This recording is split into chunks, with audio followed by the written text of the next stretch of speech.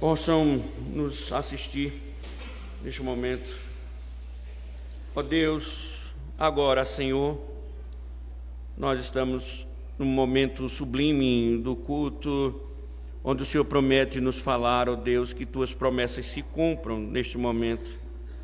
Fala-nos, Senhor, porque o Senhor é o autor desta palavra, o Senhor foi quem inspirou Moisés e o Senhor, claro, inspirou, ordenou para que beneficiasse a alma do Teu povo, Senhor, com as verdades que aqui estão implícitas e explícitas. E que assim seja, Senhor, visita-nos neste momento com autoridade, nos iluminando, nos fazendo Te ouvir, nos fazendo, Senhor, nos curvar a Tua verdade para servirmos fielmente ao Senhor em santidade, em nome de Cristo. Amém. Irmãos, quando eu decido expor um livro, depois de orar sobre, geralmente eu faço uma análise geral do assunto tratado. E é natural, quando a gente vai fazendo essa análise, venhamos a sermos desestimulados em relação à quantidade de dificuldades que nós nos deparamos no texto sagrado. E algumas passagens, de fato, elas são difíceis, muito difíceis. E Êxodo, irmãos, não foi diferente. Tudo que nós estamos vendo aqui sobre o tabernáculo, os sacerdotes, são textos que, de uma leitura rápida, sem a devida atenção, é difícil de compreender. Sacrifícios variados, vestimentas e suas peculiaridades, cada detalhe ele se apresenta como um desafio, e confesso, irmãos, é cansativo trabalhar cada texto. Só que uma das coisas gratificantes, e ficou bem visível aqui em especial no livro de Êxodo, principalmente quando nós começamos a trabalhar esses textos que envolvem o tabernáculo, é que quando nós vamos pregando expositivamente, que vamos trabalhando as partes dentro de sua estrutura, nós começamos a ter uma visão do todo, e nós acabamos, consequentemente, irmãos, vendo como Deus, em sua sabedoria, faz com que os detalhes se somem uns aos outros e nos tragam uma grande mensagem. E, no final, vale cada aprendizado. E é justamente, irmãos, o que nós estamos vendo no capítulo 29. Nós estamos vendo as últimas peças, os últimos detalhes de uma grande imagem. Isto é, este final, se em algum momento nós nos perdemos no decorrer da exposição, nós temos agora o grande momento, podemos dizer assim, dentro dessa estrutura que nós estamos observando. E claro, irmãos, nós temos aqui no texto a oportunidade de ver o tabernáculo como o propósito último de trazer glória ao nome de Deus, salvando e santificando um povo. O clímax da redenção é o tabernáculo. O livro de Êxodo termina com o tabernáculo. E aqui o capítulo 29 nos dá um pouco do cheiro, um pouco do gosto daquilo que nós veremos no final, que o tabernáculo é a glória de Deus entre os homens, salvando os homens. E é claro, irmãos, é um texto que tem verdades espirituais para nos ensinar. É óbvio que esse texto está apontando para aquele que tabernaculou Cristo, que Ele é a glória, né, da salvação de Deus. Assim como o tabernáculo é a glória da salvação de Deus para Israel, Cristo é a salvação, a glória da salvação divina para os homens, né? E esse é o tema da exposição de hoje, o Emanuel, a glória da salvação divina, que vai nos ensinar, irmãos, mais uma vez, verdade sobre a nossa salvação. Então, o que nós precisamos lembrar para entrarmos agora na segunda parte do texto? Foi o que nós aprendemos. Aprendemos pela manhã que Arão e seus filhos, eles foram lavados, vestidos e consagrados, isto é, nós estamos diante de uma cerimônia para a ordenação dos sacerdotes para o serviço divino. E é nessa ordenação que nós observamos que Deus ordena 3 tipos de sacrifícios feitos pelos sacerdotes. Um pela expiação do pecado, nós vimos um segundo para a dedicação total. Agora, irmãos, nós vamos lidar com um terceiro sacrifício, né? Um terceiro sacrifício, que é o sacrifício em que o Senhor vai dar detalhes importantíssimos. E esse último cordeiro, ele é conhecido como o cordeiro da ordenação. Ou seja, ele é mais literalmente designado como o cordeiro do enchimento. Então, pensem bem, nós estamos diante de um momento em que os sacerdotes, eles estão sendo ordenados, onde sacrifícios estão sendo oferecidos ao Senhor, mas agora Deus designa um cordeiro que é chamado o cordeiro de enchimento, literalmente no hebraico está assim. Veja o verso 22 ao verso de número 25. Depois retire do carneiro a gordura, a cauda gorda, a gordura que cobre as entranhas, a membrana do fígado, os 2 rins, a gordura que está neles e a coxa direita, porque é o carneiro da consagração. E pegue também um bolo de pão azeitado e um pãozinho de massa bem fina do cesto dos pães sem fermento que está diante do Senhor. Ponha todas essas coisas nas mãos de Arão e dos filhos dele, e movendo-as para a frente e para trás, ofereça-as como ofertas movidas diante do Senhor. Depois, pegue todas as coisas das mãos deles e queime-as sobre o altar. É holocausto para o Senhor, de aroma agradável, oferta queimado ao Senhor.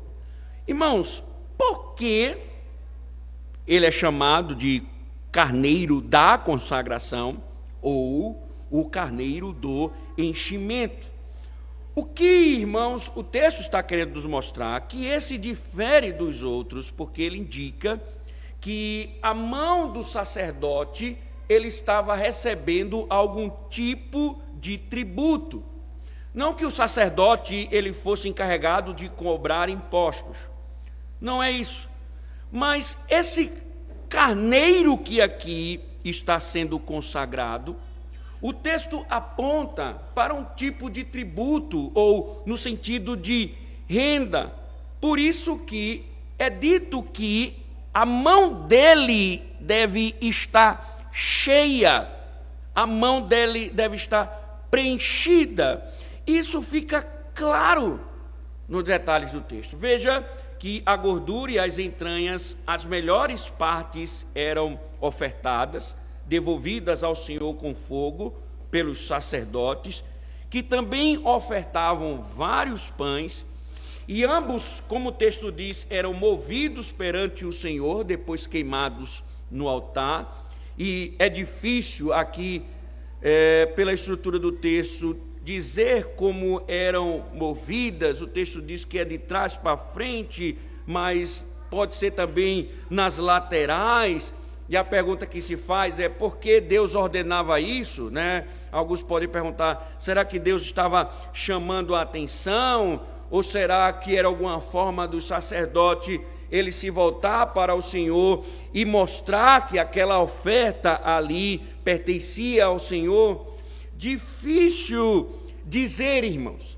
Mas o que o texto quer mesmo apontar é que existe um sinal de que as mãos do sacerdote estavam cheias de coisas boas para devolvê-las a Deus, que os sacerdotes tinham coisas para devolver ao Senhor.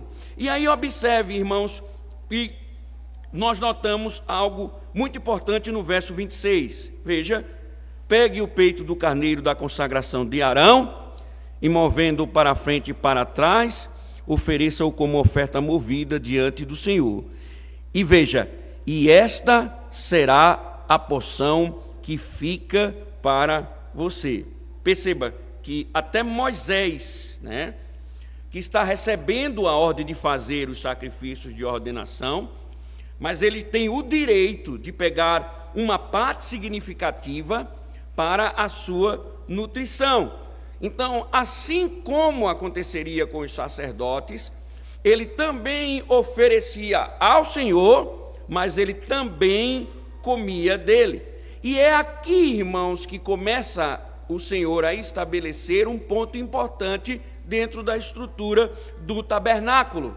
É aqui que o Senhor começa a estabelecer que os sacerdotes devem comer dos sacrifícios.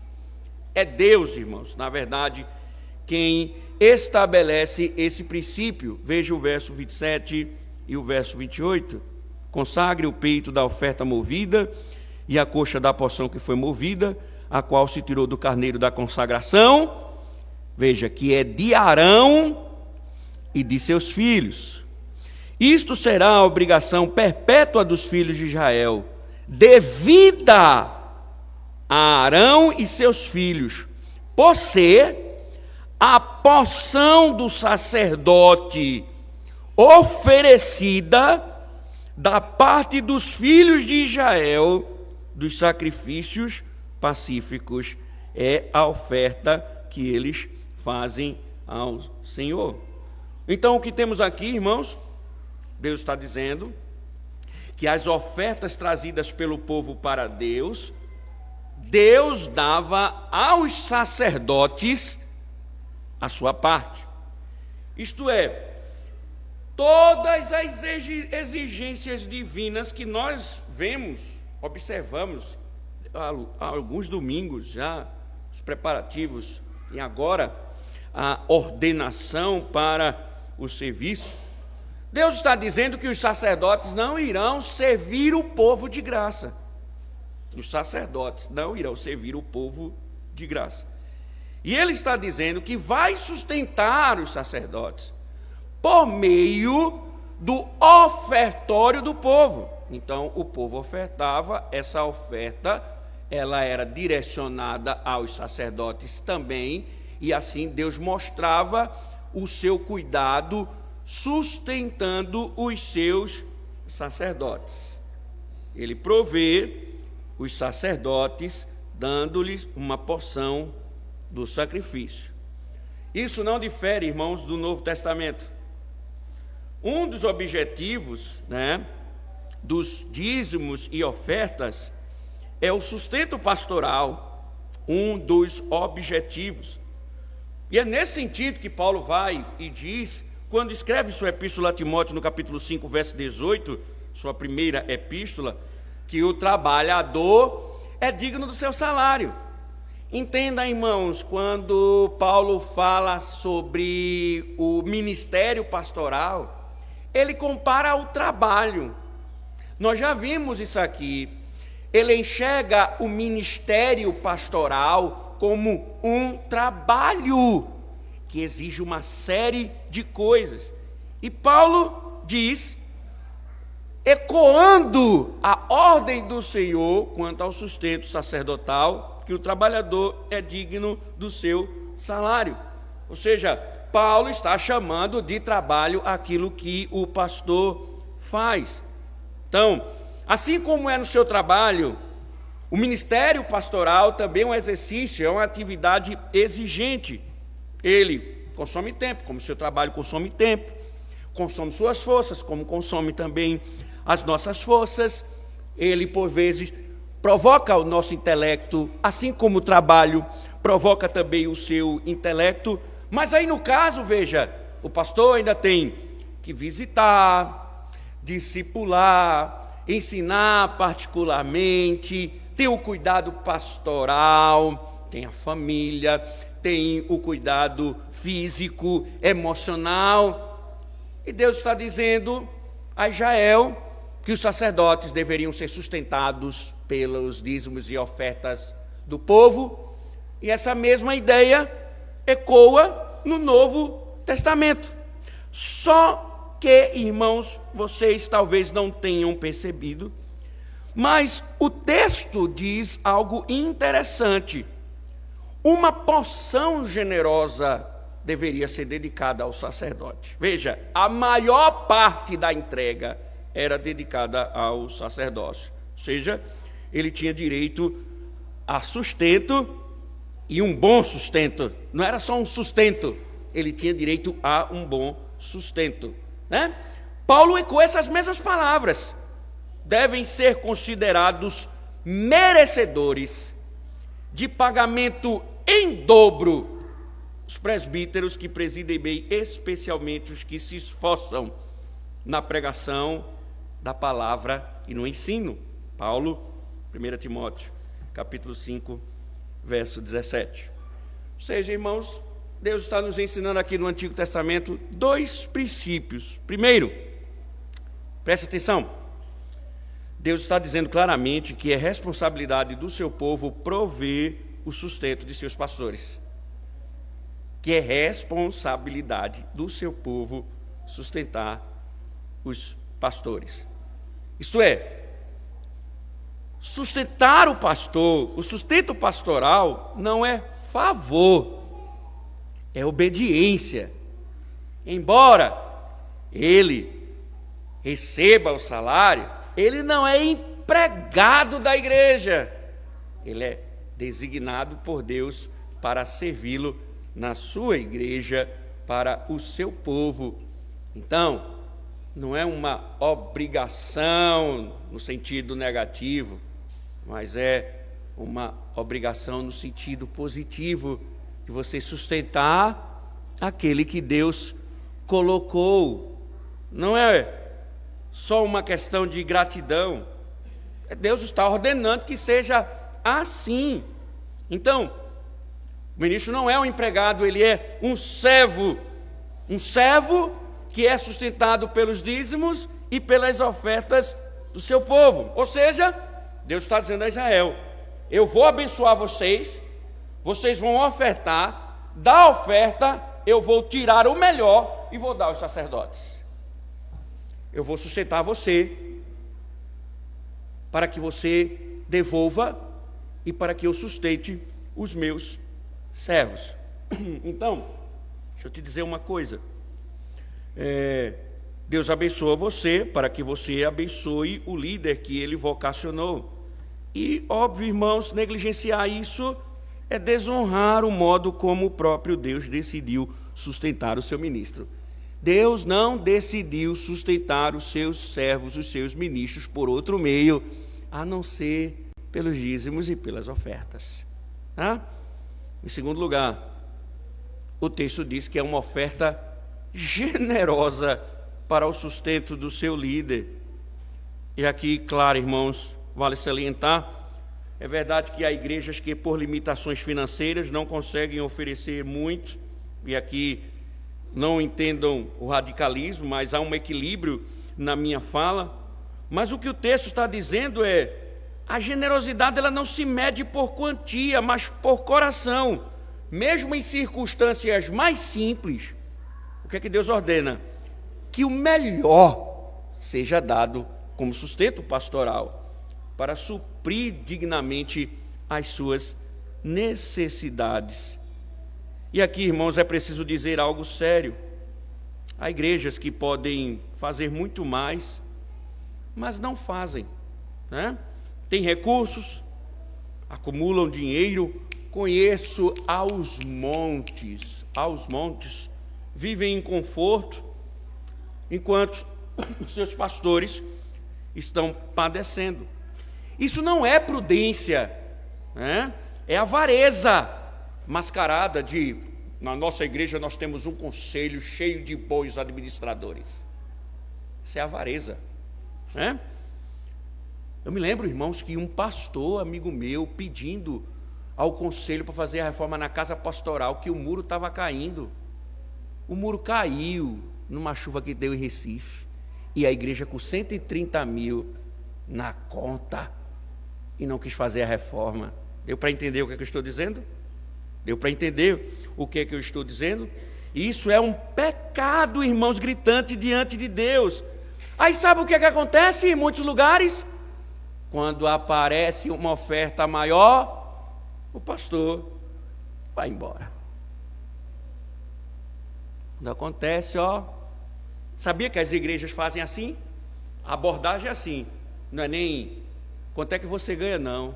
Já chega e diz assim: vamos pagar tanto ao Senhor, é um bom salário ou não, né? Por isso que muitos vão embora. Agora, irmãos, é óbvio, sobre nós, se o pastor desta igreja dependesse exclusivamente do seu dízimo e de sua oferta para viver, para comer, vestir, descansar, cuidar da família, viajar, estudar, comprar livro, ele teria o suficiente? Ou viveria às mínguas, né? Porque muitos abençoados retêm aquilo que o Senhor dá. E aprenda, irmãos, que nega o dízimo e oferta, nega o próprio meio que Deus sustenta o ministério da palavra. É como cortar a fonte das mãos do Senhor, que estabelece os dízimos e ofertas para sustentar o seu ministro. E isso é grave, é gravíssimo, irmãos, né? Porque quando você retém o que é do Senhor, não apenas desobedece uma ordem divina, você peca duas vezes. Você desobedece a ordem divina e automaticamente, indiretamente, você abandona os seus servos. Você entrega aos pastores a própria sorte, como se o cuidado deles não fosse sua responsabilidade. E Deus está dizendo ao povo, aqui em Êxodo 29, Paulo endossa em Timóteo, dizendo: é responsabilidade da igreja, sim. Óbvio, irmãos, que cada crente olhe para isso com temor. Negligenciar o sustento do ministério é desprezar o Deus do ministério, né? E aquele que fecha a mão, irmãos, para o servo de Deus, mostra que o coração já está fechado para Deus faz tempo. E aqui, irmãos, lembra do que eu falei de manhã? Como é bom pregar expositivamente, não é não?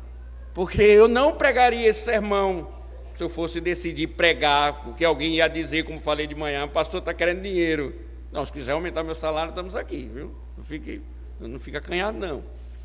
Mas a questão não é essa. Veja, pregar expositivamente, você lidar com assuntos que você por vezes não quer lidar, e a palavra de Deus tem orientações claras quanto a isso. Então veja, toda aquela exigência para o sacerdote, todo aquele trabalho, dedicação, aquela preocupação, servir no templo, todo cuidado, o Senhor disse, ele precisa receber uma oferta generosa para que ele faça o seu serviço, né?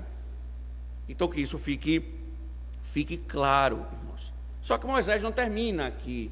Moisés continua, verso 29 a 30, ele diz: as vestes santas de Arão passarão a seus filhos depois dele, para serem ungidos nelas e consagrados nela. 7 dias as vestirá o filho que for sacerdote em seu lugar, quando entrar na tenda do encontro para ministrar o santuário. Mais uma vez, retornamos para o assunto das vestes. No caso, irmãos, fica claro que as vestes especiais, aqui o Senhor está mostrando, as vestes especiais não eram apenas para eles, mas era para uma sucessão de sacerdotes, né? Então, o que o Senhor está dizendo é que essas roupas, elas servirão também para a posteridade do sacerdócio. Então, presta atenção, não é que tem um novo sacerdote agora em Israel, e ele vai agora, vamos fazer uma nova roupa para eles. Não, essa roupa é para todo sacerdócio. Não é interessante que, se você lembrar do episódio em Levítico 10, em que os filhos de Arão, eles foram torrados pelo Senhor por causa de um fogo estranho, você lembra disso? Olha lá, eles foram queimados, mas as vestes não. O Senhor torrou tudinho, mas as vestes o Senhor preservou. Por quê? Porque essa veste é a veste para o sacerdócio. E é isso que o Senhor está dizendo. Essas vestes, elas serão para posteridades, né? Isso, claro, irmãos, né, mostra aqui, o que se está em vista é que o ofício sacerdotal não estaria somente em Arão e seus filhos, seria repassado para outro e outro e outro e outro e outro, que culminaria em Cristo, né? Agora, óbvio, como nós temos visto, ele vem e ele é o grande sumo sacerdote, o eterno sumo sacerdote, e por isso não há mais intermediários, ou seja, toda essa transição sacerdotal, ela apontava para o grande sumo sacerdote, para aquele que iria não só ser o sacrifício, mas aquele que também seria o sacerdote, que se ofereceria como sacrifício. Então, tudo isso, todo esse passo de geração de sacerdócio, de transferência de sacerdócio, estava apontando como sombra para uma realidade maior que se cumpre em Cristo. Ele não somente leva o nosso pecado, ele não somente é o nosso sacrifício, mas ele é o próprio sumo sacerdote, como nós vimos, ordenado por Deus, que se assenta à direita de Deus, porque a obra de fato estava completa. O assentar-se, irmãos, à direita de Deus, essa figura mostra que tudo que tinha que ser feito, Cristo cumpriu, e por isso ele se assenta à direita de Deus. Ou seja, se Arão morria, seus filhos morreram, vinha outro sacerdote, ele morria, esperava-se outro sacerdote, e ele morria, e outro sacerdote, e outro, e outro, e outro. Quando chega Cristo, nós não esperamos mais outro. Por quê? Porque nele nós já temos todo o ofício sacerdotal, todo o ofício do tabernáculo, todo o ofício de sacrifício sendo ali cumprido nele. E aqui, irmãos, mais uma vez, veja a confusão espiritual que ainda reina em nossos dias. A igreja romana, ignorando essa suficiência de Cristo, que é isso que a Escritura quer mostrar, que Cristo é suficiente, justamente por causa disso, porque ele, Cristo, somente Cristo, ele cumpre todos os elementos que estão postos aqui no livro de Êxodo. Sempre os elementos apontam para uma realidade de Cristo. Então, ele é suficiente, o tempo todo ele é visto como aquele que é suficiente. Mas a Igreja Católica Romana, ela continua inventando os seus mediadores. Vocês lembram que recentemente chegaram ao ponto de canonizar o santo do videogame? Vocês lembram disso? Como se um personagem ou figura popular pudesse agora interceder diante de Deus em favor dos homens. Mas o que isso revela, irmãos? Isso revela uma triste incredulidade da obra definitiva de Cristo. Esse catolicismo romano, ele insiste em multiplicar intercessores, porque não crê numa mediação suficiente.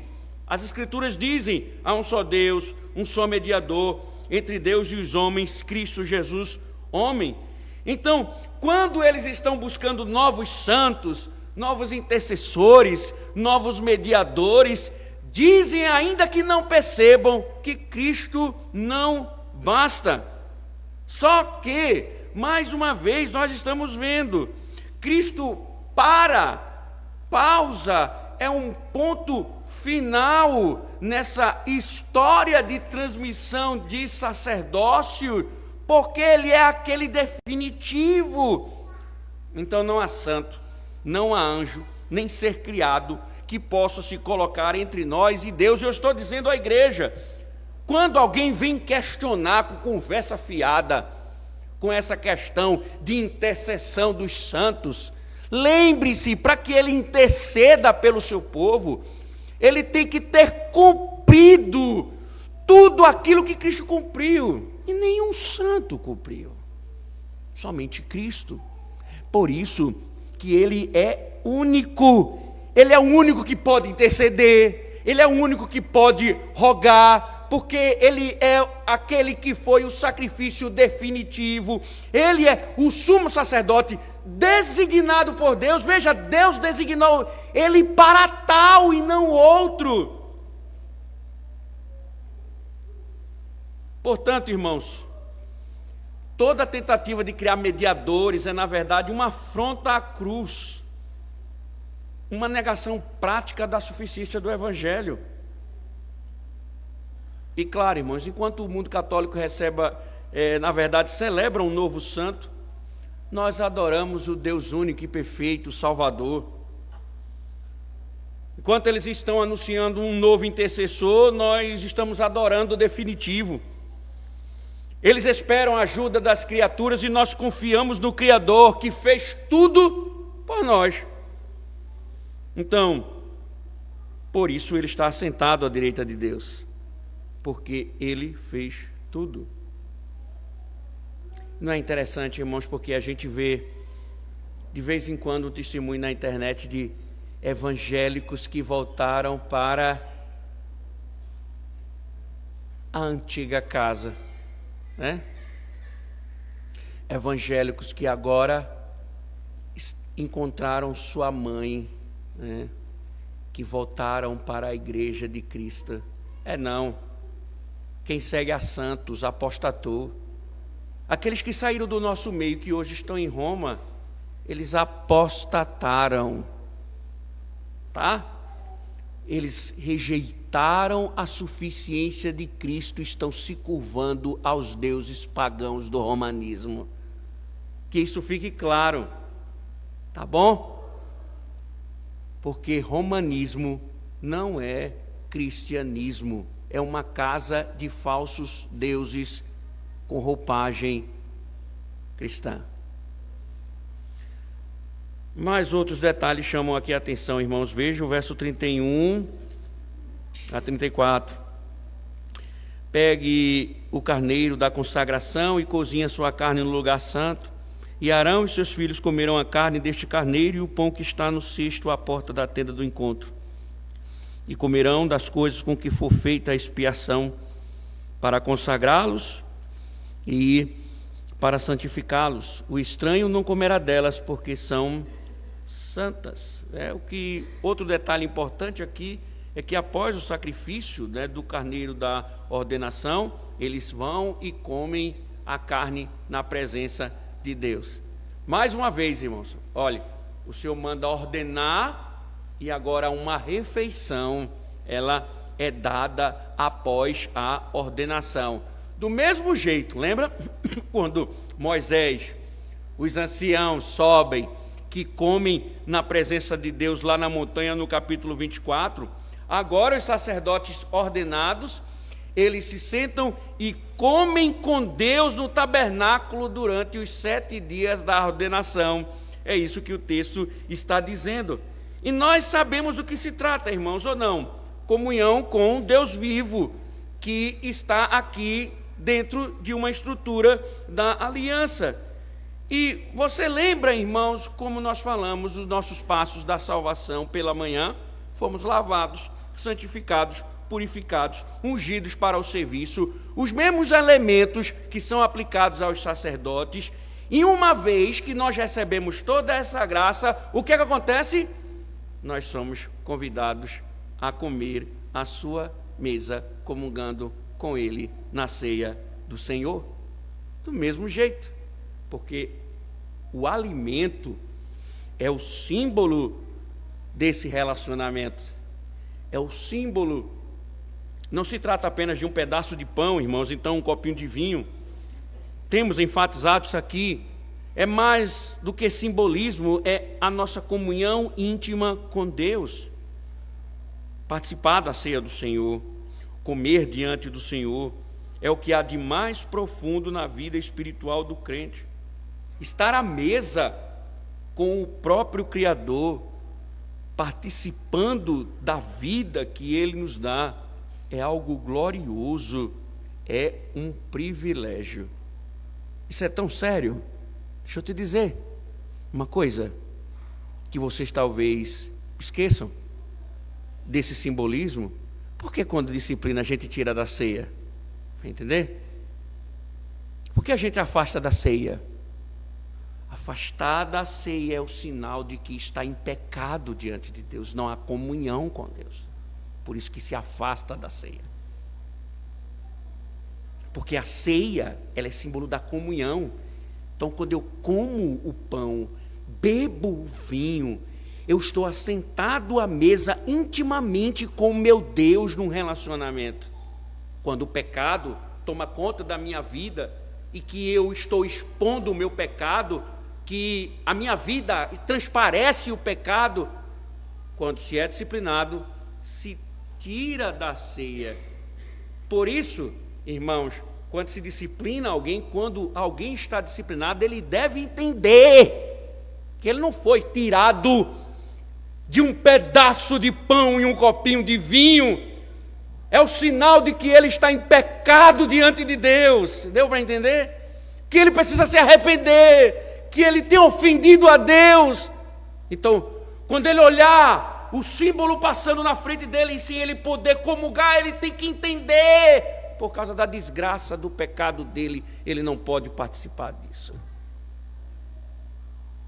Então, a gente não afasta da ceia para cumprir uma determinação da Constituição. A gente afasta da ceia porque Cristo ordena como símbolo de que você está em pecado e precisa se arrepender dele para que você volte a ter comunhão com Deus. Por isso que a gente tem que esperar frutos dignos de arrependimento para restaurar esse processo. Porque a mesa é a comunhão com Deus. Imagine sua casa, irmãos, né? Você recebe a notícia de que um convidado ilustre virá jantar, o pastor, né? Vou jantar na sua casa. Aí você prepara um camarão, um alho e óleo, né? Uma lagosta, um caldinho de sururu, um caldinho de marisco, né? Um caldinho de lagosta, de polvo, né? Um risoto de polvo, uma Coca-Cola gelada. Quando você bota no copo, ela chega, você chega em casa tossindo, cuspindo sangue de tão gelada que ela estava. É uma delícia. Agora, você vai se preocupar com os detalhes, né? Você arruma a mesa, não é isso? Bota ali aqueles garfos, né? Uma vez eu fui jantar na casa de um amigo meu muito fino. Ele botou tanto garfo, tanta colher, tanto. Eu disse: ó, meu irmão, tire, pode tirar. Eu só quero um garfo e uma faca, e dependendo do comer, uma colher, né? Então, pode tirar isso daqui que eu vou me quebrar nesse negócio. Eu não sou muito dessas coisas, não, irmão. Eu me lembro quando eu vim comer aqui, eu fui conhecer a igreja, a gente foi comer um chinês aqui na cidade. E o cara deu para cada um gancho. E eu olhava para o gancho, eu dizia: isso é para pegar a carne? Isso é para pegar o quê? Né? E eu disse: eu só vou tocar nesse gancho quando todo mundo tocar. Era para pegar gelo. Já pensou? Eu ia pegar a carne com o negócio. Para você ter ideia de como eu não sou muito atento a essas coisas. Mas a gente, vocês mulheres gostam, né? De arrumar a mesa para receber. Agora imagine se Deus fosse o anfitrião, como Davi diz no Salmo: preparas uma mesa perante mim, na presença dos meus inimigos, unge a minha cabeça com óleo, o meu cálice transborda, certamente as bondades e as misericórdias me seguirão todos os dias da minha vida. Já pensou se Deus fosse o anfitrião? É justamente isso que acontece no alimento, irmãos. Deus é o anfitrião convidando o seu povo para comer com Ele. A ceia, o alimento, não é um convite do conselho da igreja chamando o seu povo para ceiar. É o próprio Deus se assentando à mesa e dizendo: comam e bebam em comunhão comigo. É um convite de Deus. Por isso, irmãos, quem despreza o dia do Senhor, a ceia do Senhor, por causa do mundo, está desprezando o convite do anfitrião.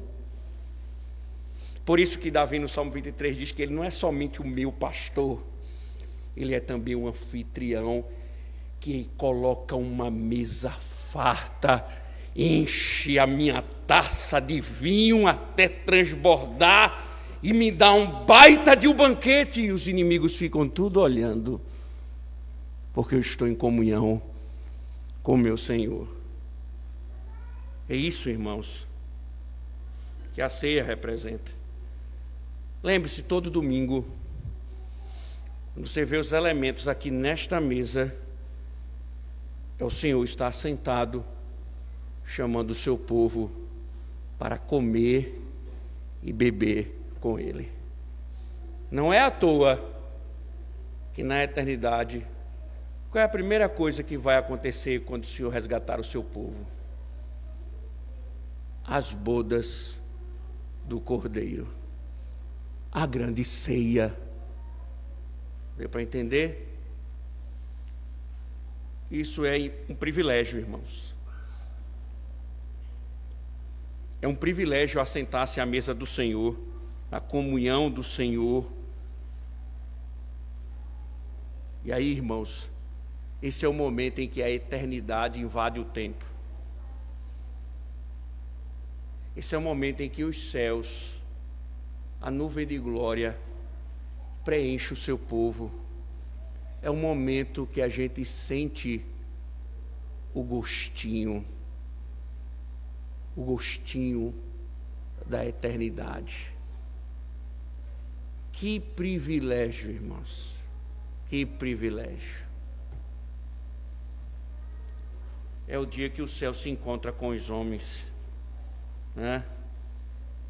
E se você tem esperança, né, é o dia que você lembra que haverá um dia que você verá de fato a Deus assentado na mesa, comendo com você, o Deus encarnado, que é isso que eu espero, né? Está ali, naquela mesa, sendo servido por Deus, como símbolo de uma eterna comunhão, onde não mais sofreremos as mazelas do pecado. Por isso volto a dizer, irmãos, que privilégio, e que nós desprezamos, não é verdade? Mas outro detalhe nos chama a atenção, irmãos, verso 35 a 37. Assim, pois, você fará com Arão e seus filhos, conforme tudo o que ordenei a você. Durante 7 dias você os consagrará. Também em cada dia prepare um novilho como oferta pelo pecado para as expiações. E você purificará o altar, fazendo expiação por ele mediante oferta pelo pecado. E você o ungirá para consagrá-lo. Durante 7 dias você fará expiação pelo altar e o consagrará. E o altar será santíssimo. Tudo o que o tocar será santo. Irmãos, foi necessário aqui uma semana inteira para ordenar os sacerdotes, e cada dia o Senhor está dizendo, um novilho era sacrificado no altar, em benefício aos sacerdotes, pois eles também precisavam da expiação. Só que o texto mostra que eles continuavam ainda pecadores, né? Por isso, qual é a nova? 7 touros precisavam ser santificados por seus, ou ser sacrificados por seus pecados, um a cada dia da semana, né? Então veja, irmãos, todo esse aparato de homens santos, percebe? Mas ainda homens santos são tão imundos, irmãos, que matando todos os animais do mundo seriam incapazes de purificá-los. E ainda tem gente que pensa que pode ser salvo pelas suas próprias obras, quando na verdade, irmãos, Por isso que o texto mostra que precisamos de um sacrifício perfeito para que isso não seja repetido, mas que essa repetição chegue ao fim. E tudo isso apontava para Cristo, porque todos os que nele creem, o sangue de Cristo purifica o homem de todo pecado, é um único sacrifício para anular o poder do pecado. É isso, irmãos, que nós devemos entender. É o sacrifício definitivo, suficiente. Agora nos resta a última parte. Graças a Deus, 38 a 42. Isto é o que você oferecerá sobre o altar, 2 cordeiros de 1 ano cada dia continuamente. Oferecerá um cordeiro de manhã e o outro ao crepúsculo da tarde. Com um cordeiro ofereça 2 litros da melhor farinha, amassada com 1 litro de azeite batido, e para a libação 1 litro de vinho. O outro cordeiro você oferecerá ao pôr do sol, com uma oferta de cereais e a libação da manhã, de aroma agradável, oferta queimada ao Senhor. Este será o holocausto contínuo, oferecido de geração em geração, à porta da tenda do encontro, diante do Senhor, onde me encontrarei com vocês para falar com vocês ali. Isto é, irmãos, depois de ordenados, eles ofereciam sacrifícios todos os dias, um cordeiro de manhã, lembra daquilo que a gente falou sobre o princípio dos 2 cultos, um cordeiro de manhã e uma noite. Esses sacrifícios eram diários, em conjunto com grãos, óleo e vinho, como o Senhor ordena, e era um símbolo dessa devoção de Israel a Deus, né?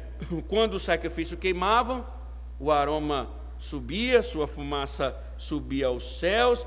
Assim, cada dia começava e terminava com um aroma agradável a Deus. Isto é, os israelitas iniciavam e encerravam o dia em sacrifícios. Assim também nós somos chamados, irmãos, para iniciar e encerrar cada dia com Deus. Paulo escreve: sede, pois, imitadores de Deus como filhos amados, e andar em amor, como também Cristo nos amou e entregou a si mesmo por nós, como oferta e sacrifício a Deus em aroma suave. Quando Jesus morre, os céus são preenchidos com um aroma suave do seu sacrifício. Agora, irmãos, lembre-se, como os sacerdotes, como um sacerdócio real, nós somos chamados para viver o mesmo tipo de amor sacrificial. Devemos começar o dia servindo a Deus, nos dedicando a Deus, e nossa vida deve servir como um perfume agradável, trazendo alegria ao coração de Deus. E aqui, irmãos, o cerne sabe qual é o objetivo da nossa vida? Acordar para glorificá-lo e dormir o glorificando. O nosso objetivo é viver essa vida para ser agradável a Deus. Os sacerdotes começavam o dia, terminavam o dia com um aroma suave diante do Senhor. Tem gente que começa o dia com Deus e termina o dia com o diabo. Começa agradecendo a Deus pelo dia que Deus deu, o dia que Ele vai usar para o pecado, o dia que Ele vai usar para desobedecer a Deus. E a nossa tarefa é agradá-lo o dia inteiro, irmãos. O dia inteiro. Caso contrário, fedemos. Se o nosso cheiro não é suave e agradável, ele ofende a Deus. Se nós não estamos o agradando, nós estamos desagradando. Se o nosso serviço não é agradável, é uma ofensa. E Deus não se agrada de mau cheiro. E é isso que o Senhor está nos dizendo. Não a parte do dia só que você deve dedicar ao Senhor. É o dia todo. Lembre-se disso. Você deve começar com o Senhor e terminar com o Senhor. Tá? Que isso fique claro. Agora observe o quadro geral, que Deus vai lembrar a Moisés porque estava construindo o tabernáculo. Veja, 43 em diante. Ali virei aos filhos de Israel para que por minha glória sejam santificados. Consagrarei a tenda do encontro e o altar. Também santificarei Arão e seus filhos para que me sirvam como sacerdotes. E habitarei no meio dos filhos de Israel e serei o seu Deus, e saberão que eu sou o Senhor, seu Deus, que os tirou da terra do Egito para habitar no meio deles. Eu sou o Senhor, o Deus deles. Irmãos, cada parte que parecia tão difícil de entender, vocês observam que cada detalhe cansativo de ler e de estudar aponta para o Salvador. Quer que enxerguemos aquilo que há de maior. E não poderia, irmãos, esse ponto aqui terminar de outra forma, que é o Senhor explica qual é o propósito do tabernáculo, que é construir uma morada na terra para o Deus do céu, lugar onde Deus é enfático: eu vou encontrar o meu povo ali, eu vou encontrar o profeta, eu vou encontrar o sacerdote, e eu vou encontrá-los ali, e vou falar com eles naquela tenda. Isso, claro, irmãos, para salvar o seu povo, para a sua glória. Era uma morada em que Deus se aproximava do seu povo para salvar o seu povo. Isto é, o tabernáculo é um elemento essencial ao seu plano de salvação. Era o lugar em que Deus desceria em sua glória e falaria com o seu povo, por isso que tudo deveria ser santificado, cada peça cuidadosamente produzida, como ele vinha orientando. Santidade nos sacerdotes, eles também deveriam ser santificados para que servissem ao Senhor. O que aconteceria então? Deus disse que quando tudo estivesse consagrado, Ele estaria lá, habitando com o seu povo. Eu vou ser o Deus deles, e eles serão o meu povo. Eu serei o Senhor deles. E aqui, irmãos, essa é a grande promessa da aliança. Deus seria o Deus do seu povo, e eles seriam o seu povo. E jamais, irmãos, foi dada a promessa maior a meros mortais. E o tabernáculo, ele representava essa promessa. Quando o povo olhasse para o tabernáculo, lembraria que Deus prometeu ser o Deus deles, e era ali que Deus encontrava o seu povo, e onde o seu povo conhecia esse Deus como Salvador. E claro, irmãos, isso se cumpre no Novo Testamento. A Bíblia descreve o Senhor Jesus Cristo sendo de fato o ápice da revelação, da redenção de Deus. E o testemunho que as Escrituras dão, ou dá, é justamente que agora ele não mora em tabernáculos, ele agora mora no seu próprio povo. Essa promessa do tabernáculo, ela se cumpre em nós quando Deus nos transforma num edifício, e que neste edifício é dado o Espírito para que o próprio Deus more em nós. Mas para isso, irmãos, precisamos ser santos, lavados, vestidos e ungidos. Para que, irmãos, de fato, nós vejamos a salvação. E essa é a grande mensagem do tabernáculo, era que a glória de Deus estaria diante do seu povo e sua salvação seria revelada.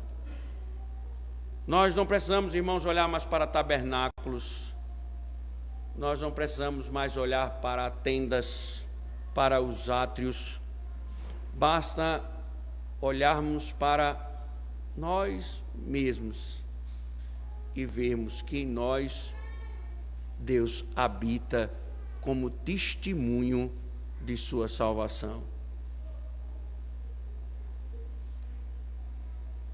E também, irmãos, nós devemos entender, claro, que diante das nossas ambições nós perdemos de vista o propósito divino de nos salvar. Essa é a mensagem do tabernáculo, um Deus que vai salvar o seu povo. E aqui, irmãos, vou encerrando. Deus não te salvou para grandes empreendimentos, para você ser uma pessoa bem-sucedida neste mundo, para que você tenha grandes promoções, para que você tenha grandes carros. Não. A promessa é de perdão. É isso que o Senhor te prometeu. Isso é o grande ápice. A grande questão não é o que nós temos, é se somos perdoados. A questão não são os nossos empreendimentos, é que se somos perdoados, se a glória dessa salvação nos alcançou. É isso que é a grande máxima da nossa vida. Não é a conquista que teremos nesta vida, é se fomos redimidos pelo Senhor. E aqui é o problema. Aqui é o problema. Porque nós estamos tão presos a este mundo que nós até temos dúvida se de fato somos salvos. Mas nada que você ganhe nesta vida, neste mundo, pode superar o valor de tão grande salvação.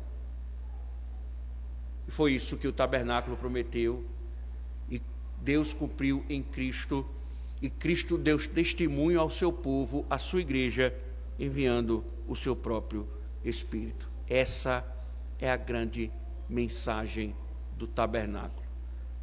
E essa deve ser a mensagem que deve permear o nosso coração. É a nossa redenção. Esse é o grande objetivo. Nós estamos aqui nesta vida porque Deus está salvando um povo para a sua glória.